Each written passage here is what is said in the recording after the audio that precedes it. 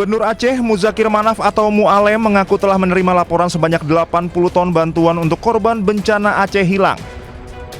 Bantuan tersebut diduga tidak sampai ke tujuan untuk wilayah Aceh bagian tengah yang dilanda bencana. Mu'alem menegaskan dirinya belum mengetahui pasti laporan kehilangan bantuan tersebut. Persoalan ini akan dicek kembali bersama TNI dan Polri. Sebenarnya kalau Benang Meriah Aceh Tengah, kalau kita pikir-pikir ya sudah maksimal. Tapi tergantung di lapangan mereka tepat sasaran atau tidak. Saya dengar berita, di berita burung atau berita tidak valid ya. Ini ada 80 ton yang hilang entah kemana. Kita turunkan semua di Benang Meriah. Dan banyak donatur yang menyumbangkan. Tetapi seperti itu tidak tepat kepada sasaran.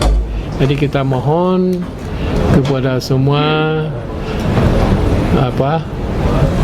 orang-orang di situ, relawan di situ tepat sasaran lah. Dan juga kita mohon kepada Bapak Sagor, Bupati Benang Meriah supaya dengan seadil-adilnya ya, membagi sembako. Sebelumnya, Mu'alem resmi menetapkan perpanjangan status keadaan tanggap darurat bencana hidrometeorologi Aceh hingga 2 pekan ke depan. Penetapan status tanggap darurat bencana tersebut akan berlangsung selama 14 hari terhitung sejak 12 Desember hingga 25 Desember 2025. Dan dapat diperpanjang atau diperpendek sesuai dengan kondisi dan kebutuhan. Dari Banda Aceh, Syukri Syarifuddin, iNews melaporkan. Pemirsa, evakuasi 2 orang lansia penderita stroke di desa Burnipase, Benang Meriah Aceh berlangsung dramatis. Anggota TNI yang membantu evakuasi harus berjalan kaki melewati jalan terjal hingga 6 km.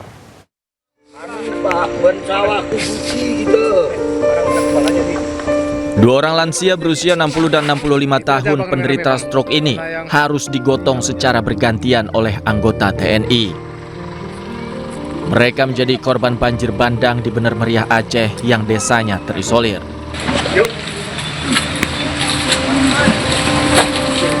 Akibat akses jalan yang lumpuh, kedua lansia ini digotong dengan cara berjalan kaki hingga 6 km menuju ke Puskesmas Buntul yang menjadi fasilitas kesehatan terdekat. Medan terjal dan licin membuat evakuasi hanya bisa dilakukan secara manual tanpa bantuan kendaraan, apalagi alat berat. Ya ke air aja bang. Setibanya di Puskesmas Buntul, kedua lansia langsung ditangani oleh petugas kesehatan untuk mendapatkan perawatan intensif. Hingga kini anggota TNI di wilayah terdampak banjir bandang terus terjun ke lapangan membantu evakuasi warga terdampak. Dari Benang Meriah Aceh, tim liputan iNews melaporkan. Kita beralih ke Sumatera Barat, pemirsa. Puluhan warga korban banjir bandang di kawasan Batu Busuak, Kecamatan Pauh, Kota Padang, nekat turun ke sungai untuk mengalihkan arus Batang Kuranji secara manual. Langkah berbahaya ini terpaksa mereka lakukan karena tidak ada bantuan alat berat yang diterjunkan ke lokasi.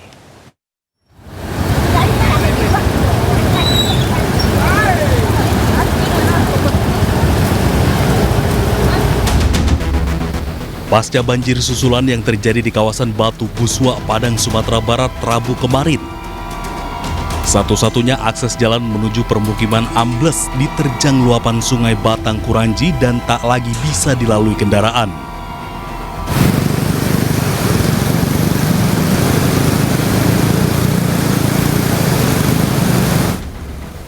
Akibatnya, lebih dari 300 kepala keluarga terpaksa terisolir tanpa bantuan logistik yang memadai. Banjir bandang yang menerjang wilayah ini juga membentuk aliran sungai baru yang mengancam putus totalnya akses jalan menuju permukiman warga.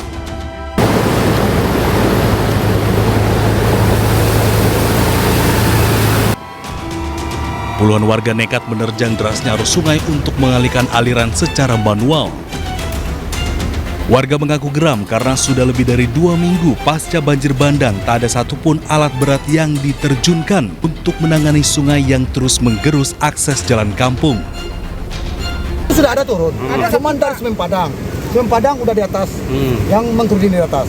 Jadi yang sekarang dampaknya yang memutus aset kan ini Pak. Ya. Jadi alat itu tidak ada dipekerjakannya. Jadi kami yang di sini sudah sangat kesusahan untuk transportasi masa sembako. Apalagi jalan udah putus, bagaimana anak-anak kami sekolah mau makan. Jadi kami sangat bermohon kepada yang bersangkutan kepada pemerintahan Kota Padang, kami segera direnovasi kebaik mungkin, Pak. Dengan peralatan seadanya, warga bergotong royong mengubah arah air agar tidak semakin merusak jembatan dan badan jalan yang menjadi sumber mobilitas utama di kampung tersebut. Dari Padang, Sumatera Barat, Budi Sunandar, iNews melaporkan. Pemirsa, di tengah lumpur yang belum mengering, tim iNews Files bertemu dengan sejumlah korban banjir bandang di Agam, Sumatera Barat. Seorang wanita yang berhasil selamat menceritakan detik-detik banjir bandang yang menyapu rumah dan keluarganya. Saksikan tayangan selengkapnya pada program iNews Files hari ini, Sabtu 13 Desember pukul 9 pagi waktu Indonesia Barat.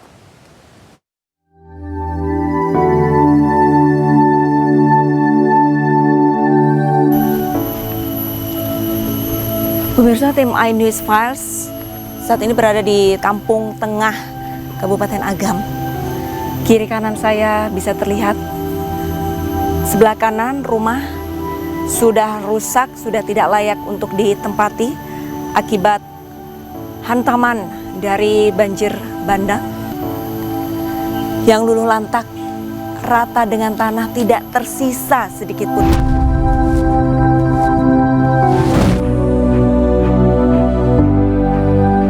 Bagaimana pada saat itu menjadi salah satu korban dari banjir bandang ini, Bu? Ada terdengar kayak guruh, ya tengok ke belakang, ternyata batang kayu ini udah begini rebah-rebah tuh. Udah digulung, langsung digulung ke dalam rumah.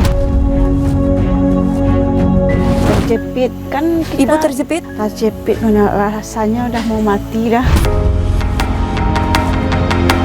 Apa yang paling dikenang pada saat Ibu masih tinggal di rumah Ibu yang sekarang sudah rata dengan tanah ini, Bu? Ya, cucu itulah. Paling rindu Ibu.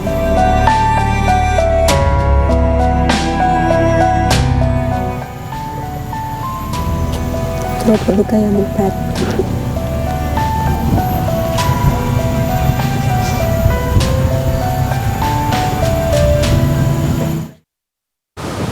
Terisolir akibat banjir bandang, warga di Aceh dan Sumatera terisolir dan kehabisan bahan makanan. Warga pun bahu-membahu berjuang untuk mencari makanan. Ada ribuan pemburu sembako melewati jalur lintas menuju Lok Semawe. Pemandangan tidak biasanya terjadi di Bener Meriah Lok Semawe. Ratusan warga korban banjir harus berjuang menembus bukit demi mencari sembako. Dengan menggunakan motor, mereka rela antri berjam-jam untuk melintasi bukit. Bencana banjir bandang membuat mereka terisolir selama 16 hari hingga kehabisan bahan makanan. Rusaknya akses jalan memperparah keadaan.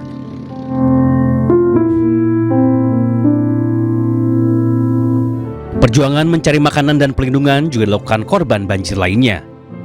Akibat jembatan hilang di Telan Bandang, warga harus bertaruh nyawa melintasi sungai deras di atas utas tali yang rapuh. Warga pun bahu-membahu mengevakuasi seorang lansia yang terisolir dan memerlukan pertolongan.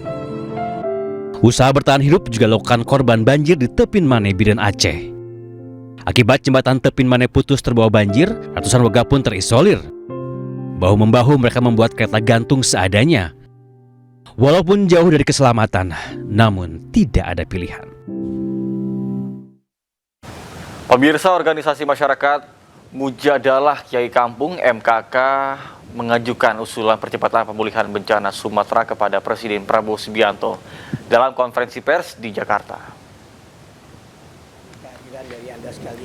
MKK mendorong pemerintah membuka lelang terbatas untuk pembersihan kayu gelondongan di wilayah terdampak banjir. MKK menjelaskan usulan ini disusun dari pengalaman pengamatan di lapangan dan juga kajian internal organisasi. Bahkan MKK menilai penanganan banjir tidak bisa lagi menggunakan cara biasa karena volume kayu gelondongan di lokasi sangat besar dan juga kompleks. Untuk itu, MKK mengusulkan lelang terbatas bagi perusahaan swasta yang mampu melakukan pembersihan cepat dan juga tuntas dengan kayu dijadikan kompensasi. MKK juga menekankan transparansi, pengawasan ketat, serta verifikasi kemampuan perusahaan agar pemulihan di Sumatera dapat dipercepat dan tepat sasaran.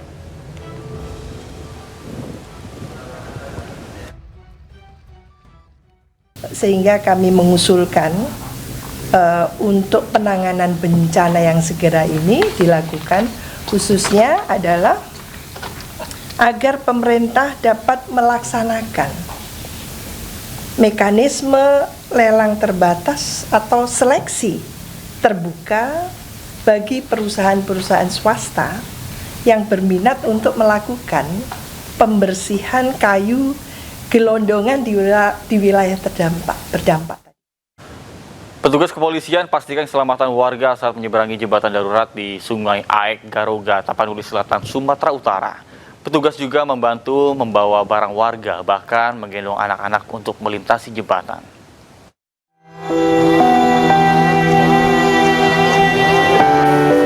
Beginilah suasana jembatan darurat di Desa Aek Garoga, Kabupaten Tapanuli Selatan, Sumatera Utara pasca banjir bandang pada 25 November lalu.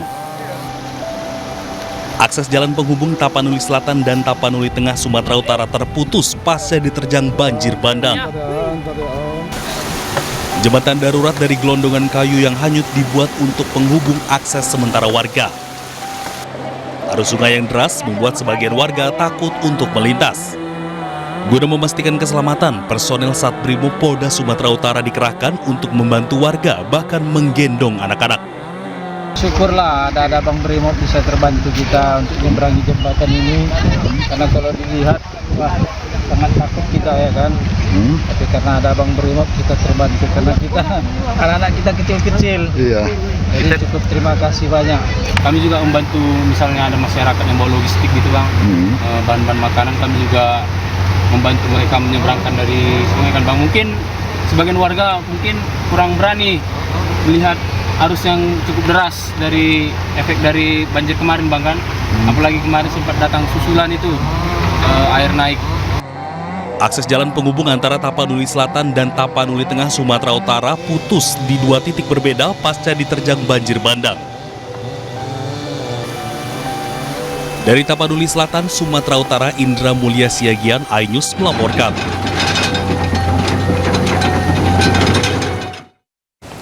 Pemirsa, untuk menjangkau wilayah terisolir akibat longsor dan banjir bandang di Sumatera Barat, pengiriman bantuan dilakukan menggunakan helikopter. Misi bantuan ditujukan ke wilayah tanah datar dan Kabupaten Agam yang hingga kini masih kesulitan akses darat akibat material longsor dan lumpur tebal.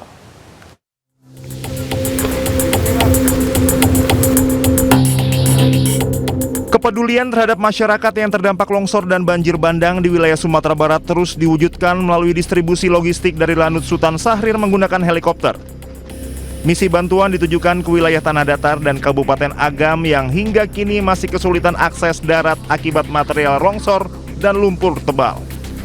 Pada misi pertama, helikopter menurunkan logistik seberat 1.300 kg di lapangan sawah Lingkuang, tanah datar.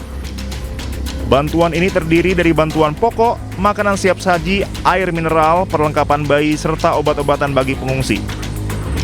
Sementara itu, misi kedua dilakukan ke lapangan Jorong Masang, Kabupaten Agam dengan membawa bantuan seberat 1.500 kg yang langsung diterima perwakilan posko bencana setempat. Dan ke bagian utara itu bagian Pasaman dan Pasaman Barat, Palambayan, Kabupaten Agam. Kemudian di bagian agak selatan timur ada ke Solok, kemudian ke lebih selatan lagi ke pesisir dan pesisir selatan. Pengiriman bantuan melalui udara akan terus dioptimalkan agar kebutuhan warga terdampak bencana dapat terpenuhi. Dari Padang, Sumatera Barat, Agung Sulistyo, iNews melaporkan.